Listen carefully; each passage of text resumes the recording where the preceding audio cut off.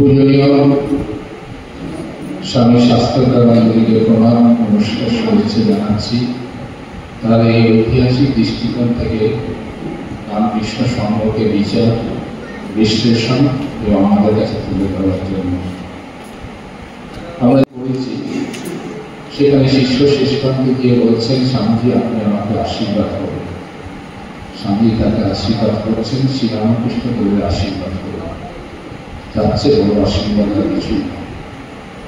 তারপরে শিষ্য ছাড়বে না, স্বামীজি আশীর্বাদ করলেন, শ্রদ্ধাবান হও, বীর্যবান হও, আত্মজ্ঞান লাভ করো, পরহিতায় জীবন পাঠ করো। এই স্বামীজির চারটে আশীর্বাদকে নিয়ে জীবনানন্দ তার জীবনটিকে আমাদের সামনে তুলে ধরেছে। এখন আমরা অতি আগ্রহ অপেক্ষা করছি শ্রীমস্বামী মূল্যবান ভাষণের জন্য।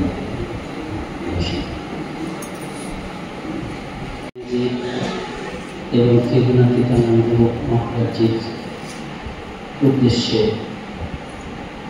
প্রত্যেকগুলো প্রণাম নিবেদন করছি। মঞ্চে উপস্থিত আছেন সর্বলোকানন্দজি মহারাজ, তাকে আমার প্রত্যেকগুলো প্রণাম জানাচ্ছি। এবং এছাড়াও উপস্থিত আছেন শাস্ত্রানন্দজি এবং এই আশ্রমের অধ্যক্ষ স্বামী দিব্যরূপানন্দজি। তাদের সবাইকে আমার প্রীতি নমস্কার জানাচ্ছি। অন্যান্য সন্ন্যাসীরা এবং আপনারা যারা ঠাকুর মা স্বামীজি এবং ঠাকুরের পার্ষদ বর্গের অনুরাগীরা এই শুভ দিনে এখানে উপস্থিত আছেন, তাদের প্রত্যেককেই আমার আন্তরিক প্রীতি। আমরা দুটি খুব সুন্দর ভাষণ শুনেছি। সভাপতির কাজ হচ্ছে যারা বলে গেছেন তাদের উপরই তাদের চিন্তার সম্বন্ধে আরেকটু চিন্তা করা এবং তারপরে যদি সম্ভব হয় নিজের মতন করে কিছু বলা। সবটা বলা যায় না, কিন্তু যে কটা চিন্তা, একটা দুটো চিন্তা যেটা সভাপতির মনে না থাকে সেগুলো, সেটার স্বাধীনতা সভাপতির আছে, সেটার সম্বন্ধে তিনি আলোচনা করতে পারেন। সর্বলোকানন্দজি মূল কথা বলেছেন যে যদি এক কথায় ঠাকুর মা স্বামীজির বা এই ভাবধারার ভাব কি, তাহলে এক কথা সেটা বলতে হবে বেদান্ত। আরো ভালো করে যদি আরো তীব্রভাবে যদি বলতে হয়, আরো কার্যকরভাবে যদি বলতে হয়, তবে বলতে হবে প্র্যাকটিক্যাল বেদান্ত। বেদান্ত বইয়ে আছে, বেদান্ত নিয়ে চর্চা করাটাও একটা সাধনা। এরকম মতবাদী মানুষ রয়েছে, খুব বুদ্ধি দিয়ে সব সময় বেদান্তের চিন্তাগুলো করবে। এই করতে করতে কনভিকশন বা উপলব্ধি চলে আসে, এরকম কথা আছে। কিন্তু এই যুগে স্বামী বিবেকানন্দের কৃপায় এবং শ্রীরামকৃষ্ণের অনুগ্রহে স্বামী বিবেকানন্দ যা বলেছেন শ্রীরামকৃষ্ণের ভাষ্য থেকে, এবং শ্রীরামকৃষ্ণ তাকে এই জন্যই এনেছে। মাঝে মাঝে এরা শ্রীরামকৃষ্ণের কথাই বলছি, শ্রীরামকৃষ্ণ মাঝে মাঝে এমন কথা বলেছেন একদম মনে হয় যে সেই সময় তার সেই কথার তাৎপর্য তার চারপাশের লোকেরা কেউ বুঝতে পারেনি, কিন্তু অত্যন্ত তাৎপর্যপূর্ণ কথা। যেমন মায়ের সম্বন্ধে একটা কথা বলবো, আর স্বামীজির সম্বন্ধে আমাদের প্রসঙ্গক্রমে একটা কথা বলবো। সেটা হচ্ছে মায়ের সম্বন্ধে সেই কামারপুকুরে, মা জয়রামবাটি থেকে কামারপুকুরে এসেছেন, কারণ ঠাকুর দক্ষিণেশ্বর থেকে কামারপুকুরে গেছে। এবং তখনকার দিনে তো পুরুষ এবং মহিলারা একসঙ্গে আসতেন না, সেই মহিলারা আসতেন সন্ধ্যের পরে, যখন পুরুষরা আসতেন না। তারপর রাস্তাঘাটে বিদ্যুৎ নেই, অন্ধকার, রাত্রিবেলা শান্তপুর বেরোয় না। পাশাপাশি মহিলারা, ওই কামারপুকুর অঞ্চলের মহিলা, তাদের সঙ্গে ঠাকুরের একটা অদ্ভুত সম্পর্ক ছিল। শারদানন্দজি লীলা প্রসঙ্গে একটা নিজস্ব একটা শব্দ চয়ন করে এই কামারপুকুরের মহিলা গোষ্ঠীর সঙ্গে ঠাকুরের একেবারে দীর্ঘ সম্বন্ধের কথা প্রকাশ করেছে। বলছে সরল কবিতাময় ভালোবাসা, সেজন্য তারা আসতেন শ্রদ্ধা এবং ঠাকুর কথা বলতেন। এবং ঠাকুরের কথা মানেই হচ্ছে ঈশ্বর সম্বন্ধীয় কথা। আমরা বলতে পারি ঠাকুরের কথামৃত নাগারে শোনার অভিজ্ঞতা, দিনের পর দিন শোনার অভিজ্ঞতা কিন্তু ওই কামারপুকুর অঞ্চলের মহিলা গোষ্ঠীদেরই সর্বত্র হয়েছে। সন্ধ্যার পরে ঠাকুর সেই কথাগুলো বলতেন, সেই কথার চৌম্বকীয় আকর্ষণ তারা সব মন্ত্রমুগ্ধের মতন শুনত। এবং শিশু মাও, ছোট্ট শিশু মা, তখন হয়তো 10-11 বছর বয়স, সারাদিনের কাজকর্ম করে ক্লান্ত হয়ে এক পাশে এসে বসতেন এবং কথা শুনতে না শুনতেই ঘুমিয়ে পড়তেন। তখন অন্যরা তাকে জাগিয়ে তোলার চেষ্টা করতেন, আর সেই সময় ঠাকুর তাদের বাধা দিতেন, ওকে তুলনি, ও যদি এগুলো শোনে ওকে এখানে থাকবে, চোঁচা ঘুমাবে। এটা কেউ বুঝতে পারে না, শিওর, অলমোস্ট শিওর। আমি বলতে পারেন আপনি তো তখন ছিলেন না, কিন্তু মনে হয় এটা ঠিকই, কেউ বুঝতে পারে না, চোঁচা ঘুমাবে। তার কারণ হচ্ছে শিশিমা হচ্ছেন আধ্যাত্মিকতা বিনিতরণ করতে এসেছে। তার নিজের অধিকতর আধ্যাত্মিক সমৃদ্ধির জন্য আধ্যাত্মিক বাণীর প্রয়োজন নেই। লোকের কাছে দৃষ্টান্ত স্থাপন করার জন্য অবতার, তিনি অবতার, ভগবতীর অবতার, অবতারকে আধ্যাত্মিক সাধনা করতে হয়, কিন্তু তার নিজের জন্য কিছু প্রয়োজন নেই। সেই হচ্ছে চর্চা ধর্মকে মানে এখনো পর্যন্ত জন্ম অনেক ভবিষ্যতের গর্ভে। কাজে এই সময়ে যদি বিশুদ্ধ আধ্যাত্মিকতার কথা ওই শিশু মায়ের বিশুদ্ধ অন্তঃকরণে গিয়ে পড়ে, তবে তিনি সব ভুলে তার শুদ্ধ যে স্বরূপে সেটা চলুক, সেখানে পৌঁছে যাবেন এবং অবতারের ক্রীড়া সম্পূর্ণ হবে। তেমনি স্বামীজির সম্বন্ধেও ঠাকুর এই কথাটা বলেছে যে ওর জন্যই তো সব বই, এরকম বলেছেন। অন্তত একবার বলেছেন মহেন্দ্রলাল সরকারের কাছে। মহেন্দ্রলাল সরকার খুব খুশি, এই প্রথম নরেন্দ্র দেখছেন এত সুন্দর চেহারা, এত সুন্দর গান করছে, এর মতো ছেলে আধ্যাত্মিক পথে এসেছে, দেখে খুব আনন্দ হচ্ছে। আর ঠাকুর তো নরেন্দ্রের প্রশংসা করলেই তিনি একেবারে আত্মহারা হয়ে যেতেন প্রায়। সঙ্গে সঙ্গে তিনি ওর জন্যই উদ্ভাসিত মুখে ঠাকুর বলছেন, ওর জন্যই তো সব, যে ওর জন্যই তো সব, মানে কি হচ্ছে একা শ্রীরামকৃষ্ণের পক্ষে সম্ভব না।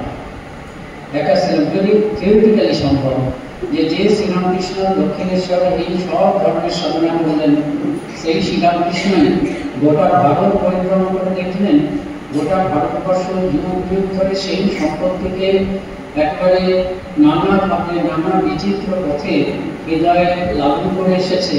যে বিচিত্র পথে ভগবানকে লাভ করার সত্যকে আমি এই দক্ষিণেশ্বরের যেন আধ্যাত্মিক গবেষণাগারে আমি আবিষ্কার করেছি, থিওরিটিক্যালি সম্ভব। তারপরে সেই শ্রীরামকৃষ্ণই আবার তিনি তো শুধু ভারতবর্ষের জন্য নয়, বাংলাদেশের জন্য না, সারা পৃথিবীর জন্য। সেই জন্য তিনি সেই শিকাগোর আন্তর্জাতিক ফোরামে গিয়ে যে বাণী তিনি পেয়েছিলেন, যে সম্পদ তিনি আবিষ্কার করেছেন, সেই সম্পদ আবার সারা পৃথিবীর মানুষের মধ্যে ছড়িয়ে দিলেন। থিওরিটিক্যালি সম্ভব হলেও এই শরীর ধারণের একটা সীমাবদ্ধতা আছে। এই বিশুদ্ধ এত আধ্যাত্মিক সাধনার জন্য এই শরীরের খোলসটাকে একেবারে সম্পূর্ণভাবে সপ্তগুণ সম্পন্ন হতে হবে। যেভাবে যে ধরনে স্বামী বিবেকানন্দ পরবর্তী কাজটি করেছেন, তাতে একটু রজগুণের আবরণ দরকার। স্বামীজিও বিশুদ্ধ সত্য, স্বামীজিও সত্য, তুরীয়ানন্দ, যারা সব মহাপুরুষ, একজন মহাপুরুষ আর একজন মহাপুরুষের কথা বলছে। তুরীয়ানন্দজি বলছেন স্বামীজির কি সত্যগুণ ছিল না? স্বামীজির রজটা হচ্ছে সত্যগুণের উপরে আবরণ, মানে কাজ হবে না। স্বামীজিকে আমরা দেখেছি, তুরীয়ানন্দজি বলছেন যে সন্ধ্যেবেলায় তিনি ধ্যানে বসলেন, সারা রাত ধ্যান, সকালবেলায় ধ্যান থেকে ভেঙে হাত মুখ দিয়ে আবার কাজে চলে গেল। এগুলো হচ্ছে সত্যগুণ। কাজে শ্রীরামকৃষ্ণ যে আধ্যাত্মিক সম্পত্তি আবিষ্কার করলেন, সেই আধ্যাত্মিক সম্পদ ভারতে তথা সারা পৃথিবীতে ছড়িয়ে দেওয়ার জন্য একটা আধার দরকার। সেই আধার হচ্ছে স্বামী বিবেকানন্দ। সেই মধ্যে ওর জন্যই তো সব লোক। আবার স্বামীজিও আবার বলছে, পরে আবার স্বামীজি শ্রীরামকৃষ্ণ বলছে স্বামীজির সম্বন্ধে, পরবর্তীকালে তাৎপর্য আমরা বুঝতে পেরেছি। আর স্বামীজি আবার শ্রীরামকৃষ্ণ সম্বন্ধে বলছেন যে তিনি যে কত বড় ছিলেন সেটা তিনি বুঝতে পারেননি।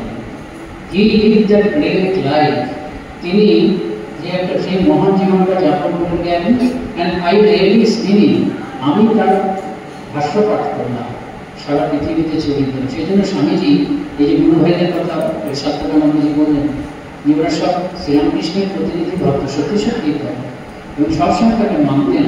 এবং স্বামীজিও বলতেন তোরা আগে আমাকে বোঝ, তারপর ঠাকুরকে বুঝি। এটা বলতেন। মাঝে মাঝে একটু একটু তর্ক করেছেন, কিন্তু সঙ্গে সঙ্গে মনে পড়ে গেছে। যেমন রামকৃষ্ণ মিশন যখন যেদিকে প্রতিষ্ঠা হলো 1 মে 1897, প্রতিষ্ঠার পরে পরে যোগানন্দজি সংশয়ের কথা বলছেন যে দেখে তুমি তো একটু বিদেশিভাবে কাজ করছো, ঠাকুরের কি এসব ভাব ছিল? তুই কি করে জানলি যে এসব ঠাকুরের ভাব ছিল না? না তার কার্যপ্রণালী অন্যরকম দেখেছে কিনা? যে শোন, সাধারণ প্রথমে উত্তেজিত হয়ে গেলেন যে অনন্ত ভাবময় ঠাকুরকে তোরা তাদের নিজের গণ্ডিতে বেঁধে রাখতে চাস? আমি এই গণ্ডি ভেঙে দিয়ে ঠাকুরকে সর্বত্র ছড়িয়ে দেব। তখনই জগন্নাথ মহারাজ, ওদের স্বাভাবিক শ্রদ্ধা রয়েছে, বললেন আমরা তো চিরকালই তোমার আজ্ঞানুবর্তী, কিন্তু ঠাকুরের কার্যপ্রণালী একটু অন্যরকম দেখেছিলাম কিনা, সেই জন্য মাঝে মাঝে সমস্যা হয়। তখন স্বামীজি একেবারে শান্ত হয়ে বলছে, শোন, সাধারণ লোক ঠাকুরকে যা বুঝেছে ঠাকুর ততটুকু নয়। ব্রহ্মজ্ঞানে নিরক্তা হয় তো ঠাকুরের অবম্য ভাবে নিরক্তা হয় না। আমাদের শাস্ত্র মানে ব্রহ্মজ্ঞানে নিরক্তা হয় না, যদি ব্রহ্মজ্ঞানে নিরক্তা হয় তো ঠাকুরের ভাবে নিরক্তা হয় না। ব্রহ্ম সম্বন্ধে কেউ কিছু মুখে বলতে পারে না, যে ঠাকুর যেন আরো বেশি, আমি সেই অনন্ত ভগবান ঠাকুরকে আমি ছড়িয়ে দেবো। আমাকে ঠাকুর কিন্তু জল ধ্যান পূজা পাঠ এসব করতে পারে না, আমাকে এগুলো করতে বলেছে। এর মাধ্যমে বেদান্ত প্রচারিত হবে, ধর্ম প্রচারিত হবে, ভারতবর্ষের সনাতন আদর্শ প্রচারিত হবে।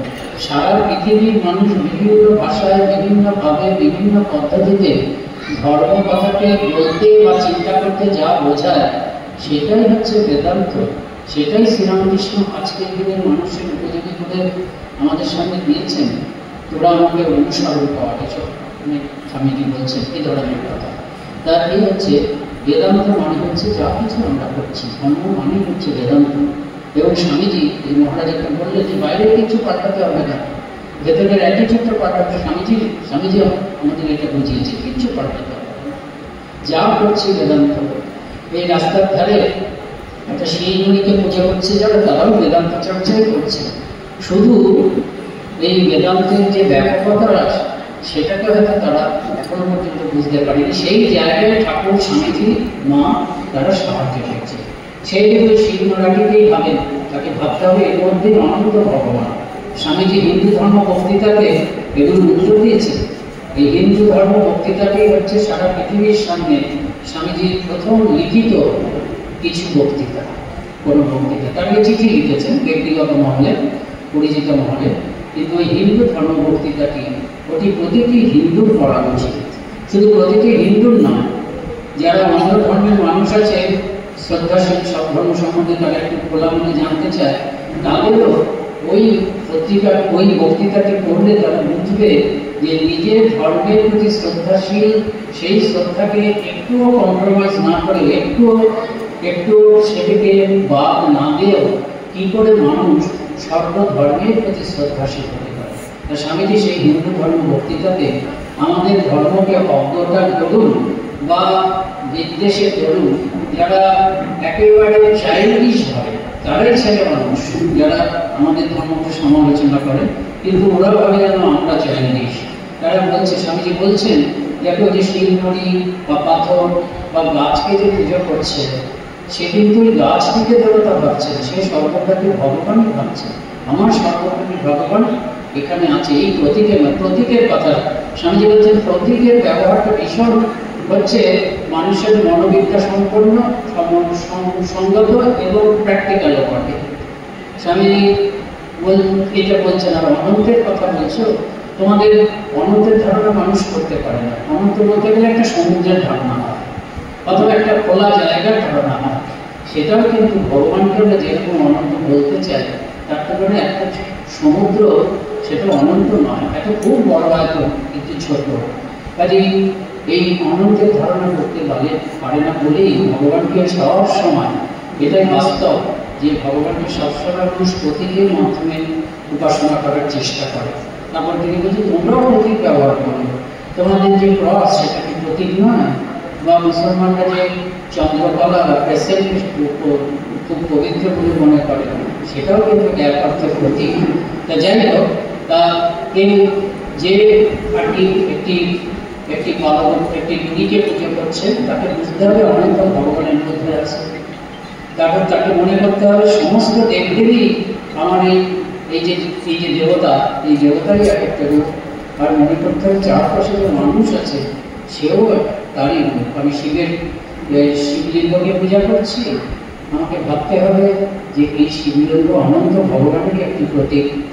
এবং সবাই শিব ঠাকুরও যা, শ্রীকৃষ্ণ তার যত দেবদেবী আছে, যত অবতার আছেন, যত ভগবানের প্রকেট আছে, সবারই প্রতীক যেন আমার এই অত্যন্ত প্রিয় শিব ঠাকুর। এবং সঙ্গে সঙ্গে ভাবতে হবে চারপাশে যে মানুষ আছে তারাও এই শিব ঠাকুরেরই প্রকাশ, এবং আমিও স্বয়ং শিব ঠাকুর। এই হচ্ছে বেদান্ত। এই বেদান্তই হচ্ছে আমাদের বেদান্ত। মানে বেদ আমাদের হচ্ছে শাস্ত্র।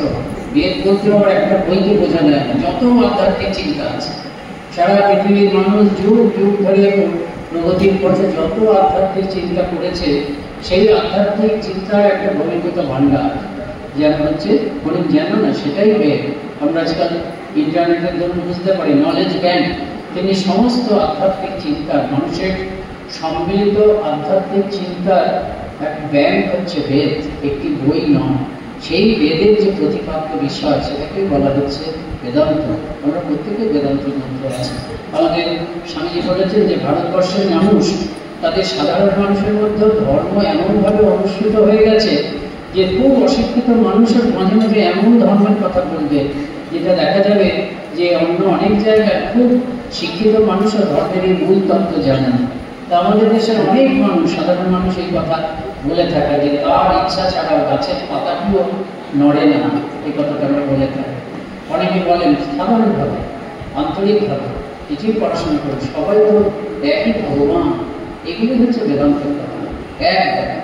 কাজেই এটাই হচ্ছে কোনো কিছু পাল্টাতে হবে না, এই কথাটা ঠাকুরমা স্বামীজি মূল ভাবধারা যদি বলা যায় বেদান্ত, এবং সেই বেদান্তকে প্রতিদিনের জীবনে কিভাবে বাস্তবায়িত করা যায় সেটা।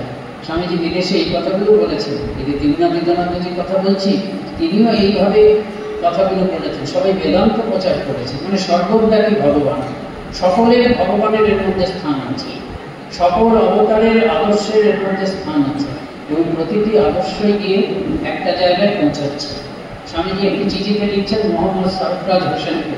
সেটি সেই বিখ্যাত চিঠি, যার দুটি লাইন আমরা খুব উদ্ধৃত করে থাকি, যে ভারতবর্ষ, যে আদর্শ ভারতবর্ষ গড়ে উঠবে, যে out of all these struggles and conflicts etc., the new perfect India will be built, আমি ঠিক এক্সাক্ট কোট হচ্ছে না, with Vedanta brain and Islamic body। বৈজ্ঞানিক আমি দেখছি এইসব বিভেদকে দূর করে ভবিষ্যৎ পূর্ণাঙ্গ ভারত, কমপ্লিট ইন্ডিয়া, অলরাউন্ড ইন্ডিয়া, বলছে যে পারফেক্ট ইন্ডিয়া, আমি বলছি perfect India, future perfect India will come out of this the combination of Vedanta brain and Islamic body। বৈদান্তিক মস্তিষ্ক এবং ইসলামীয় দেহ নিয়ে গড়ে উঠবে। ইসলামীয় দেহ মানে সাম্যভাব। ইসলামের সমাজে সাম্য আছে, সেই সাম্যভাব আসবে। কিন্তু কেন সাম্য, তার উত্তর কিন্তু একমাত্র যুক্তিযুক্ত উত্তর একমাত্র বেদান্তে পাওয়া যায়। এই সকলের মধ্যে আমি বিরাজ করছি, সকলের মধ্যে, আমার মধ্যে যিনি, সকলের মধ্যে আমরা সবাই এক, কিন্তু দৈবিক পরিচয় এক। স্বামী বলছেন যে কাউকে যদি একই সময়ে আধ্যাত্মিক এবং rational হতে, if one wants to be rational as well as spiritual, he has no other way to be Vedanti। এটা বলছে কাউকে যদি একই সঙ্গে আধ্যাত্মিক এবং যুক্তিবাদী হতে হয়, যুক্তি সম্মত বিশ্বাসের অধিকারী হতে হয়, তবে কিন্তু তার বৈদান্তিক না হয় উপায় নেই। এই বেদান্তই বলে যে কেন সাম্যের প্রয়োজন। বেদান্ত একের কথা বলে, আমরা সবাই এক। আমরা জড়বুদ্ধিতে ইলেকট্রন, প্রোটন, নিউট্রন এসব বুদ্ধিতে এক নয়। আমার মধ্যে যে দেবতা আছে, চৈতন্য আছে, সেই চৈতন্যের পরিচয় আমি হচ্ছে সকলের সঙ্গে এক, ডিভাইন ওয়াননেস, দৈবিক পরিচয়ের ভিত্তিতে আমি সকলের সঙ্গে এক। কাজে সাম্য তো হবেই। সময় যদি শুধু সাম্য বলি, স্বামী যেরকম কথা বলছেন, Vedanta does not proclaim equality but oneness. Equality মানে কি? ভালো কথা, এখানে 200 লোক আছে, 200 লোকই সমান, কিন্তু এই 200 লোকই সমান এই কথাটা যখন আমি বলছি, তখন এই 200 এটা একটা যে বহু ধারণা, এই 200 ধারণাটা আনতে হয়। যদি বেদান্তের দৃষ্টিতে বলি তাহলে কি হবে? হ্যাঁ, একত্রটা থাকবেই, কিন্তু একত্রটা এক ধাপ পরে আসছে। মূল ধাপটা হচ্ছে কি, এখানে 200 নেই, এখানে এক ভগবান আছে, এক শিব আছেন, এক রামকৃষ্ণ আছে, এক ব্রহ্ম আছে, এক সচ্চিদানন্দ আছে। সেই এক এই 200 সত্যেন্দ্রের মাধ্যমে আমার কাছে প্রকাশিত হচ্ছে। কাজেই এক তো হবেই। এইরকম ভাবে বেদান্ত এবং স্বামীজি এই যে গোটা জীবনী বেদান্ত, স্বামীজি সেগুলো বলতে কিচ্ছু পাল্টাতে হবে না, ত্যাগ করতে হবে। স্বামীজি বিদেশে একটা বক্তৃতায় বলছে, গড ইন এভরিথিং, বক্তৃতাটার নাম। সেখানে বলছেন যে আমাদের উপনিষদের ঋষিরা তারা তো বলেছে যে ত্যাগে কেউ অমৃতত্ব নয়, ত্যাগ ছাড়া অমৃতত্ব লাভ হবে না, অর্থাৎ ভগবান লাভ হবে না। উপনিষদের ঋষিরা কথা তো ভুল হবে না, ঠিকই বলেছে। তারপরে স্বামীজি বলছেন, তার বলে কি তোমরা ঘর বাড়ি ছেড়ে দিয়ে চলে যাবে? সেটা তো নরপশুদের কাজ, তাহলে কি করবে? তোমরা মেধাবে কি করবে? স্বামীজি বলছেন যে তুমি তোমার দৃষ্টিভঙ্গিটা পাল্টাবে, you have to change your attitude. তুমি কিন্তু সত্যি সত্যি কোনোদিনও ভগবান ছাড়া আর কাউকে দেখোনি, তুমি কিন্তু সত্যি সত্যি কোনোদিনও ভগবান ছাড়া আর কারোর সঙ্গে ইন্টারঅ্যাক্ট করোনি। এটা কোনো সান্ত্বনা যুক্তির কথা নয় যে সমাজটা ভালোভাবে চলবে, সেজন্য বেশ কিছু ভালো লোক এক জায়গায় বসে এই যুক্তিটা বা সত্যটা আবিষ্কার, এটা সত্য। তুমি মানো বা না মানো, তুমি যদি আমরা যে সবাই দৈবিক পরিচয়ের ভিত্তিতে এক, এটা যদি আমি মানি বা না মানি, এই পরিচয়টা থাকবে, কিচ্ছু যায় আসে না। এই সত্যটা কিছু যাবে না, সত্য সবসময় থাকবে। তা বলছে তুমি ভগবান ছাড়া কোনোদিন কিছু দেখো, শুধু ভগবানকে মানুষ ধরছো, ভগবানকে টেনে ধরেছো। আজকের থেকে অ্যাটিটিউডটা পাল্টে দাও, চেঞ্জ ইউর অ্যাটিটিউড। মনে করলে যে দৃষ্টিভঙ্গিটা পাল্টে দাও, এরপর থেকে আজকের পর থেকে এই টেবিলটা দেখার আগে ভগবানকে দেখো, তারপর টেবিলটা মানুষকে দেখার আগে ভগবানকে দেখো, তারপরে মানুষকে দেখো। জগৎটা সেজন্য মিথ্যা হচ্ছে।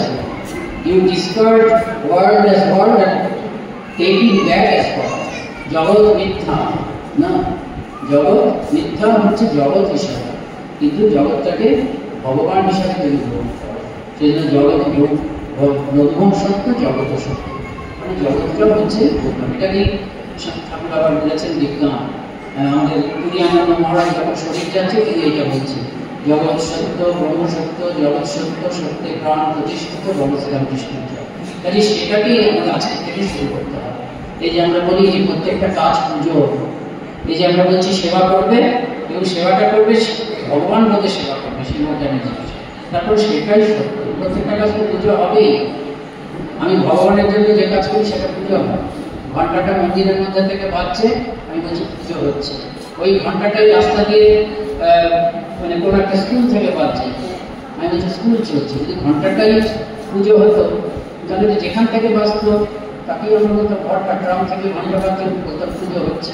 তা তো বলছি না, ওই ঘন্টার ধ্বনিটা যখন ঠাকুরের বিগ্রহের পূজার অঙ্গ হিসাবে বাজছে, তখন ওই ঘন্টার ধ্বনি নামক কাজটি কিন্তু পুজো হয়ে যাচ্ছে। কাজে ঠিক একইভাবে ঝাঁটা দেওয়ার কাজটাকেও আমি পুজো করতে পারি, রান্না করার কাজটাকেও আমি পুজোতে রূপান্তর করি, প্রত্যেকটা কাজকে পুজোতে করতে পারি, এবং সেটাই করতে হবে, সেটাই বেদান্ত। সেটাই যেহেতু প্রতিদিনে করছি, সেই জন্য সেটাই ব্যবহারই বেদান্ত। এবং সেই জন্যই রামকৃষ্ণ মহৎ মিশনের ভাব, তারা শুধু সন্ন্যাসীদের জন্য না, সকলের জন্য ভাব হচ্ছে কি প্রত্যেকটা কাজ পুজো। সেবাটাও একটা কাজ, ওটাকে আরো মনে দাগ কাটার জন্য আরো গভীরভাবে বলা হচ্ছে।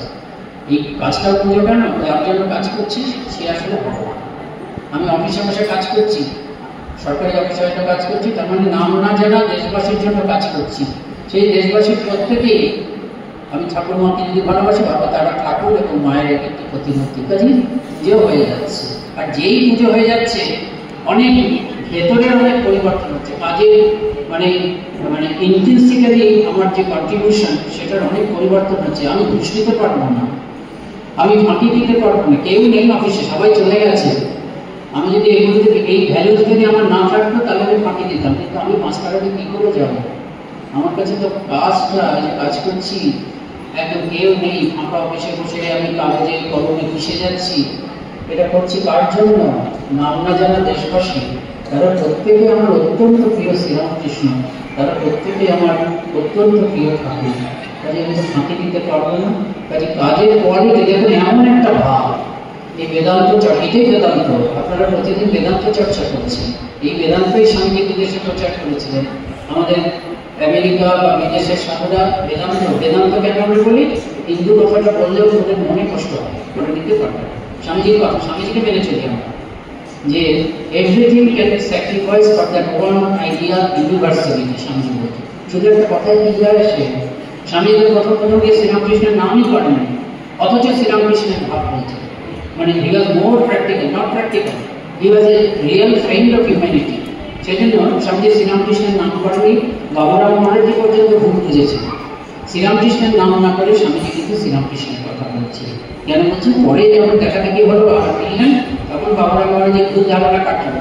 তারপরে তিনি একবার প্রাণ দিয়ে স্বামীজির প্রচার করছেন। ব্রহ্মচারীরা ধ্যান করছেন, বাবারাম মহারাজ কিন্তু ধ্যান তো করছিস, এর সঙ্গে সঙ্গে বিবেকানন্দের হৃদয়টা দেয় পাওয়া, স্বামীজির হৃদয়টা দেয় পাওয়া।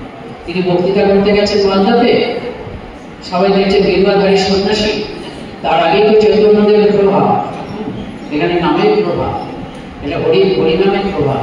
সবাই হচ্ছে হরিনামের কথা বলবেন, শ্রীকৃষ্ণ প্রেমের কথা বলবেন, ভগবত প্রেমের কথা বলবেন। মালদাতে বাবুরাম মহারাজ বলছেন ওই শিক্ষক জীবের সেবার কথা। সামনে একজন শিক্ষিত ভদ্রলোক বসেছিলেন, তার আর সহ্য হচ্ছে না, সে একটু করে বলছে, মহারাজ আমরা একটু প্রেম ভক্তির কথা শুনতে এসেছিলাম। বাবুরামজি বলে যাচ্ছে, এরকম দু তিনবার যখন বলছেন অনেকটা, তখন একেবারে মুখে দাঁড়িয়ে বললেন, মানে উত্তেজিত হয়ে বললেন, ভাবের কথা বলেছে তো, যে আমি তো এসেছি প্রেম ভক্তির কথা বলতে।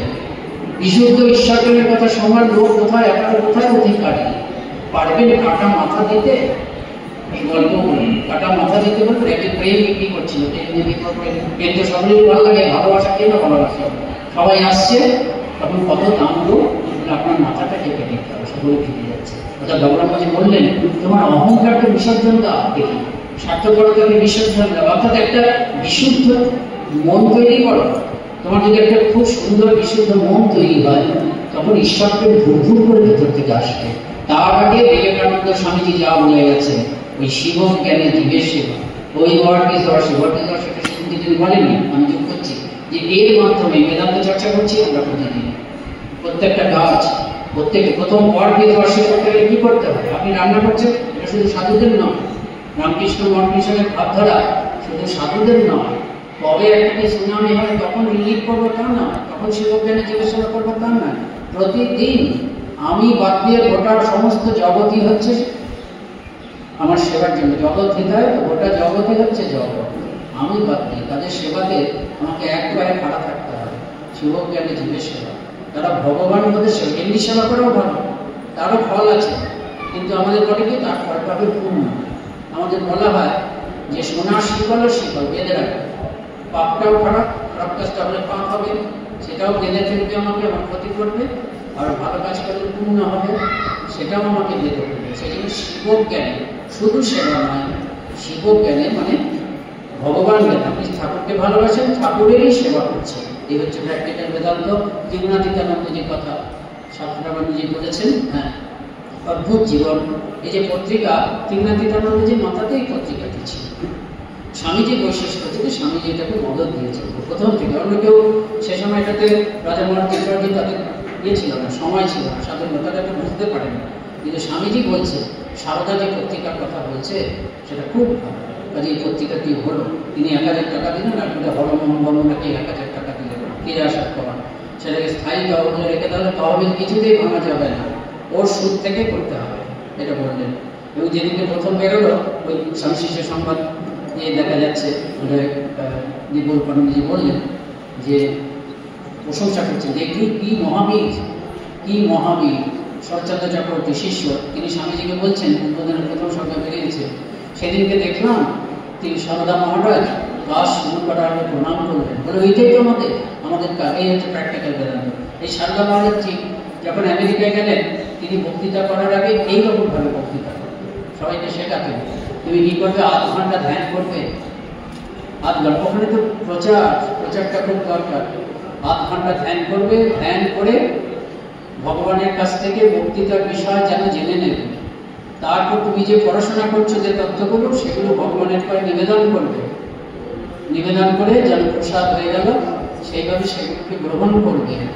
এবার তুমি মাইকের সামনে বা সবার সামনে এসে পরিবেশন করছো, তখন তুমি কি ভাববে, তখন ভাবে যে ভগবানের জন্য এতক্ষণ প্রার্থনা করলে, যে কার কাছে এতক্ষণ প্রার্থনা করলে, যার আশীর্বাদ এবং শক্তি চাইলে, জানবে যে তারাই সামনে বসে আছে। এবং এই হচ্ছে ব্যবহারিক বেদান্ত। এইভাবে এটা বেদান্ত উনি সব কিছুতে ভগবান, চারপাশে ভগবান, তার ইচ্ছা ছাড়া একটা পাতা মরে না, সব জায়গায় তিনি এটিকে ধীরে ধীরে প্রতি মুহূর্তে এটিকে নিজের কোনো কিছু কাজ পাল্টাতে হবে না। আপনি গৃহে আছেন, গৃহবধূ, পুরো মন দিতে হবে, মানে you have to apply your whole abilities and mind to your work at hand. আপনার সমস্ত সামর্থ্য, সমস্ত মন কিন্তু কাজে দিতে হবে, আবার কাজের স্কিলটাও কিন্তু শিখতে হবে। ধরুন আমি মাঝে মাঝে ওখানে ব্রহ্মচারীদের ক্লাস নিই, তখন প্রথম ব্রহ্মচারীরা আসে তো তাদের এগুলো বোঝার জন্য সহজ উদাহরণ দিই, এই কর্মযোগ, ওয়ার্কিং কেমন, বলে দেখো আমি শ্রীরামকৃষ্ণকে যেমন ভালোবাসি, আমাদের গর্ভ মন্দিরে শ্রীরামকৃষ্ণ মন্দিরের যে পূজারী সেও হয়তো শ্রীরামকৃষ্ণকে একই ভালোবাসে। এই ভালোবাসাটা হয়তো আমি আর তিনি হয়তো প্রায় সমান, এমনকি আমি হয়তো একটু বেশিও ভালোবাসতে পারি। এর মানে কিন্তু এই আমাদের আমি পুজো করিনি কখনো, প্রায় কখনো করিনি, কিন্তু সেগুলো কথা বলি। আমাকে কিন্তু কালকের থেকে শ্রীরামকৃষ্ণ গর্ভ মন্দিরের পূজারই করা যাবে শুধু যদি ভালোবাসা থাকে। আমাকে কিন্তু পূজার স্কিলটা শিখতে হবে। যেহেতু আমি শ্রীরামকৃষ্ণকে ভালোবাসি, আমার সমস্ত কাজ শ্রীরামকৃষ্ণের জন্য, সেজন্য আমাকে খুব সংকুচিত হতে হবে যে আমার সেবা যেন শ্রীরামকৃষ্ণকে সত্যি সত্যি আনন্দ দান করে। সেটির জন্যই, এবং সেটি যেন কোনো একেবারে যেমন বিহিত আছে সেরকম হয়, সেটির জন্যই আমাকে কিন্তু কাজটার স্কিলও শিখতে হবে। এখানে স্কিল মানে হচ্ছে সঠিকভাবে পূজা শেখা, বেশ কিছুদিন ধরে সঠিকভাবে পূজা অভ্যাস করা, তারপরেও আমি যোগ্য বিবেচিত হলো ওই গর্ভ মন্দিরের পূজা হিসেবে।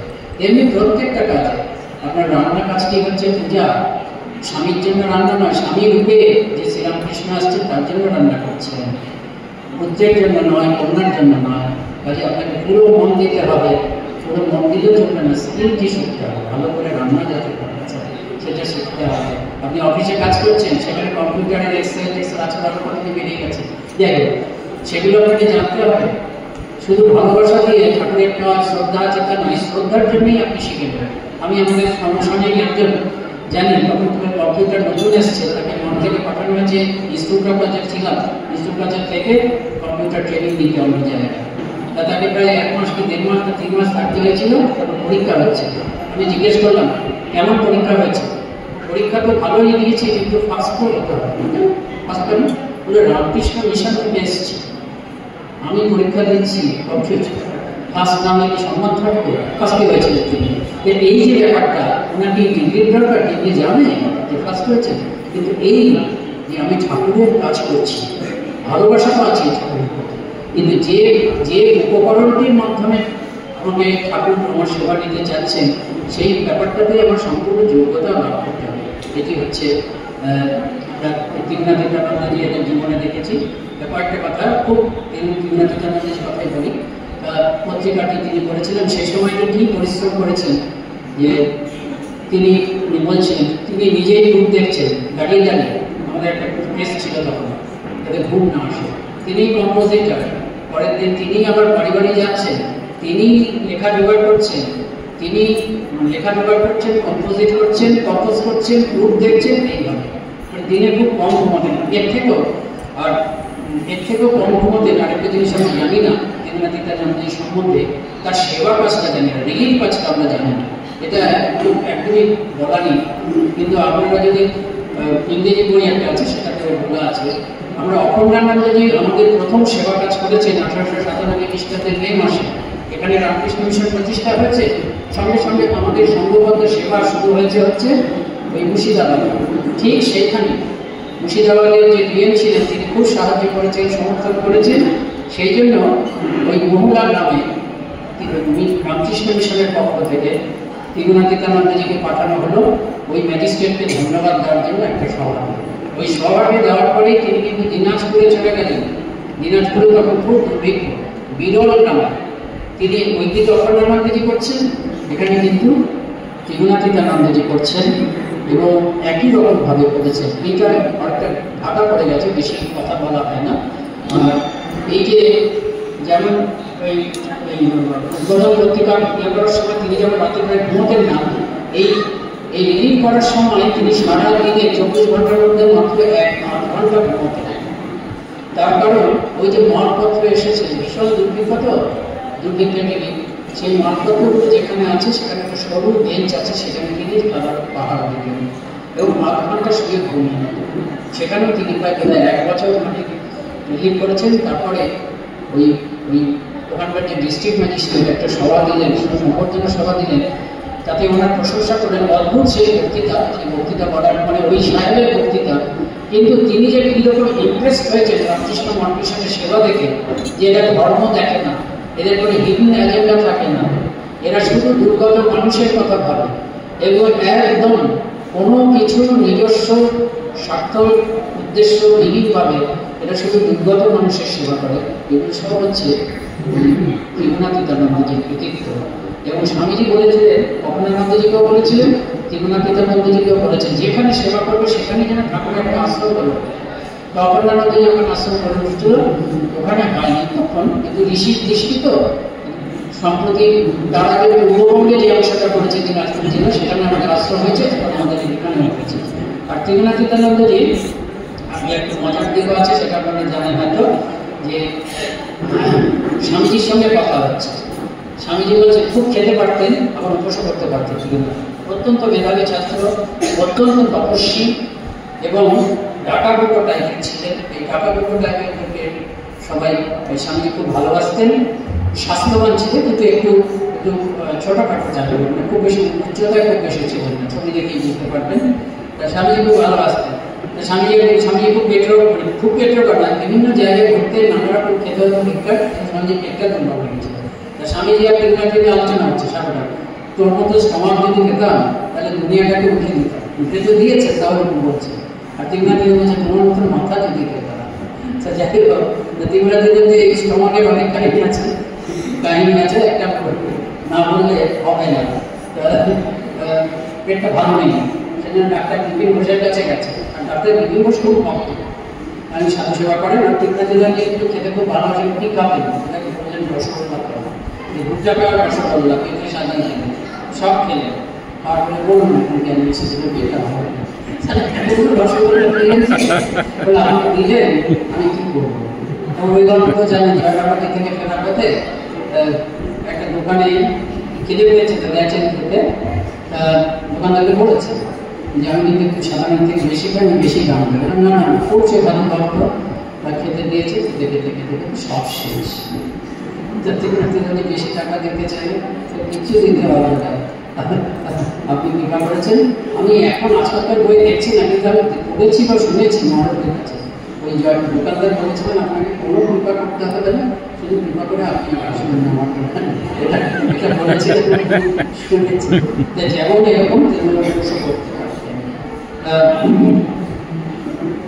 ছেলে মানুষ স্বভাবে ছিলেন। উদ্বোধনের সম্পাদক হওয়ার আগেই তিনি ইংরেজি খুব ভালো জানতেন, যদিও স্বামীজি এক জায়গায় পুরস্কার সারদার ইংরেজি ক্রমশ নিচের দিকে যাচ্ছে। স্বামীজি সবাইকে পারফেক্ট চাইতেন, খাবারের ল্যাঙ্গুয়েজ হচ্ছে। উনি কিন্তু তিব্বতের অভিজ্ঞতা উদ্বোধনের সম্পাদক হওয়ার আগেই ইন্ডিয়ান মিরর পত্রিকা ধারাবাহিকভাবে প্রকাশিত করেছে। আর ওনাদের তিব্বতের অভিজ্ঞতাটা অদ্ভুত, যেখানে তিনি শেষ করেছেন সেই অবস্থা থেকে তিনি কী করে বাঁচতেন সেটার উত্তর আমি পাইনি। তিনি পাহাড়ে সব ছেড়ে দিয়ে চলে গেল, অন্যেরা তিনি উঠতে পারছেন না, এত দুর্বল, উঠতে যাচ্ছেন ঘরকে পড়ে আসছেন। তার যারা তিব্বতী যারা পথযাত্রী সহযাত্রী ছিল তারা অনেকবার চেষ্টা করলো, কিন্তু কে থাকবে মাঝপথে, তারা ধীরে ধীরে ধীরে ধীরে তাদের কণ্ঠস্বর ইয়ে হবে না, তারা পাহাড়ের ভগবানের নাম করতে বলতে যাচ্ছে, সেটা ইয়ে হয়ে গেল, মানে স্মৃতির অবচেটে চলে গেল।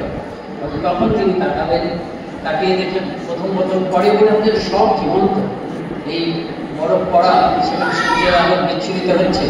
তারপরে কীভাবে তিনি সেখান থেকে ফিরে এলেন বর্ণনায় আছে অনেক অলৌকিক ঘটনা তার জীবনে হয়েছে, হয়তো কোনো অলৌকিক হয়েছে ঠাকুরের শেষ। সেই জন্য কথা বলছিলাম যে ঠাকুর কতভাবে তাকে উদ্ধার করেছেন, কিন্তু শেষকালে শহীদ হলে এই শহীদ হওয়ার ব্যাপারটা হচ্ছে এই স্বামীর সঙ্গে একদিন আলোচনা হচ্ছে। উনি যে মানে ছেলে মানুষ ধরনের ছিলেন তো, মার্টার শব্দটা হয়তো শব্দটা জানতেন, কিন্তু মার্টার মানে কি, মানে শহীদ। শহীদ বলতে কি বোঝায় স্বামীজি তাকে বুঝিয়ে দিন। শহীদ মানে কোনো একটা বিরাট কাজে স্বেচ্ছায় আত্মাহুতি দেওয়া, এটা মনে করে সঙ্গে সঙ্গে আমার খুব শহীদ হওয়ার ইচ্ছা। যাই হোক, কিন্তু শহীদ হয়েছেন। আর অনেক আর বেশি বলবো না, একটা আপাতত অলৌকিক কিন্তু সত্যি ঘটনা। মানে আমাদের রায়পুরে একটা বিরাট কেন্দ্র আছে, মানে রায়পুরে প্রথম হয়েছিল, তারপরে রায়পুরের একটা ব্রাঞ্চ হয়েছিল নারায়ণপুরে। এই রায়পুর এবং নারায়ণপুর এখন বেশি বড় হয়ে গেছে। সেটি প্রতিষ্ঠা করেছিলেন আমাদেরই একজন মহারাজ, স্বামী আত্মানন্দজি মহারাজ। তা আত্মানন্দজি মহারাজ খুব ব্রিলিয়ান্ট স্টুডেন্ট ছিলেন।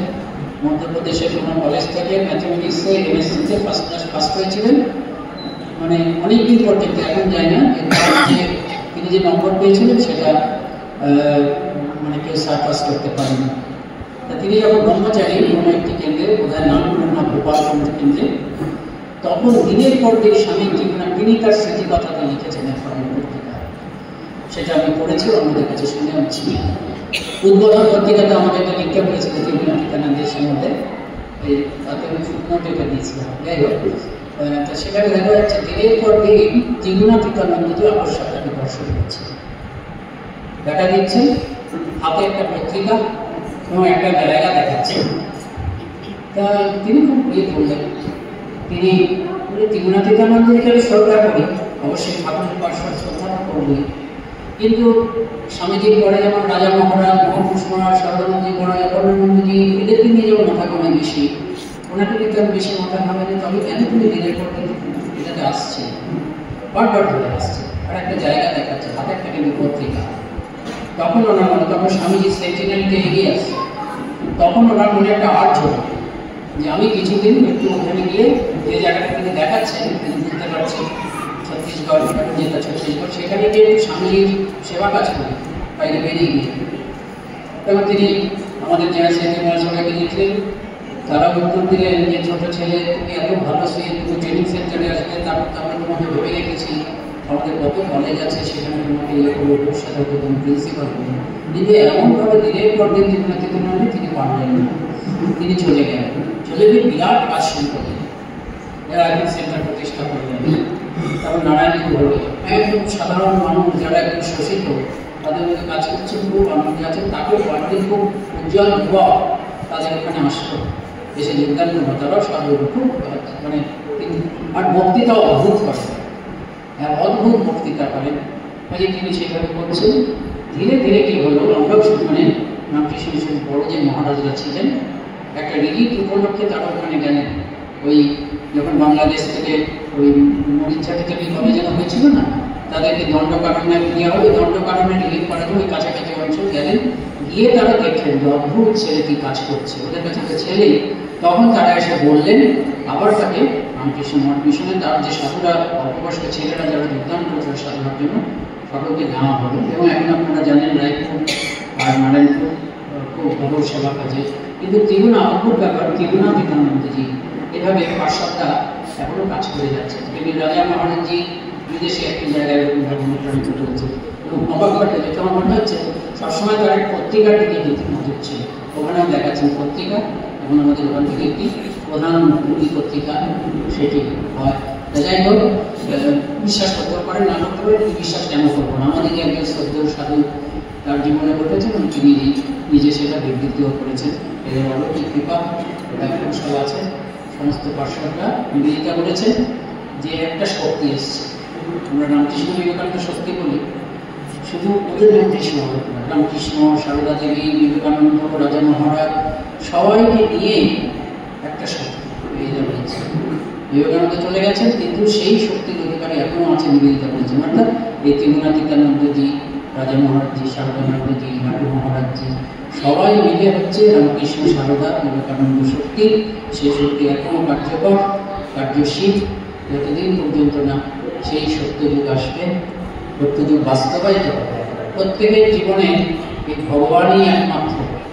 সবাই কলকারখানায় কাজ করবে, শিক্ষকতা করবে, ফ্যাক্টরিতে হবে, সায়েন্টিস্ট হবে, সব কিছু হবে, সন্ন্যাসীও হবে, কিন্তু ভেতরে জীবনভর জীবনময় ভগবান এবং জীবনের প্রতিটি কার্যের নিয়ামক ভগবান, জীবনের প্রতিটি কার্যের লক্ষ্য ভগবান এবং গোটা জীবনের লক্ষ্য প্রত্যেকটি মানুষের জন্য ভগবান।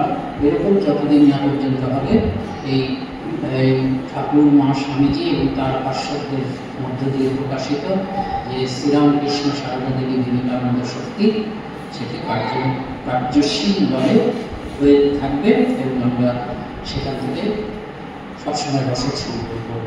নমস্কার।